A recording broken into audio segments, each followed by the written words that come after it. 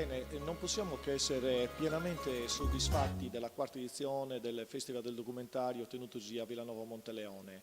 Voi per la cornice di pubblico che ha accompagnato le tre serate, particolarmente poi numeroso nell'ultima serata che ha visto la premiazione dei documentari finalisti. L'apprezzamento insomma l'abbiamo visto dal pubblico, ma abbiamo ricevuto apprezzamento e gli autori hanno ricevuto apprezzamento anche dalle due giurie, sia insomma dalla giuria tecnica che dalla giuria dei giovani. Il livello delle produzioni cinematografiche di questi documentari è davvero molto alto.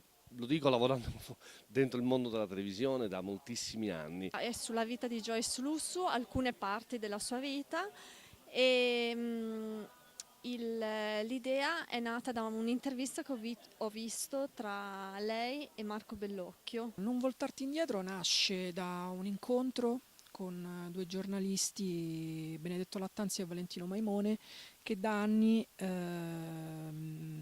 censiscono per un sito errorigiudiziari.com i casi più importanti a livello mondiale sugli errori giudiziari.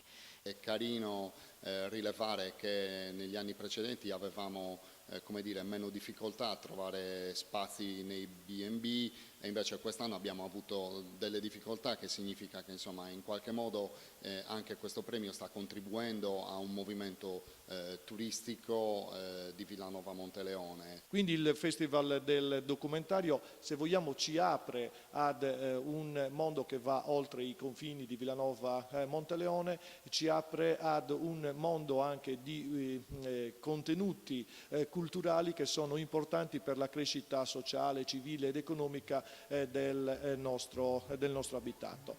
Quindi pensiamo che questo percorso, iniziato 4 anni fa con il supporto determinante del Cineclub di Sassari, possa continuare e possa darci ancora tante altre soddisfazioni.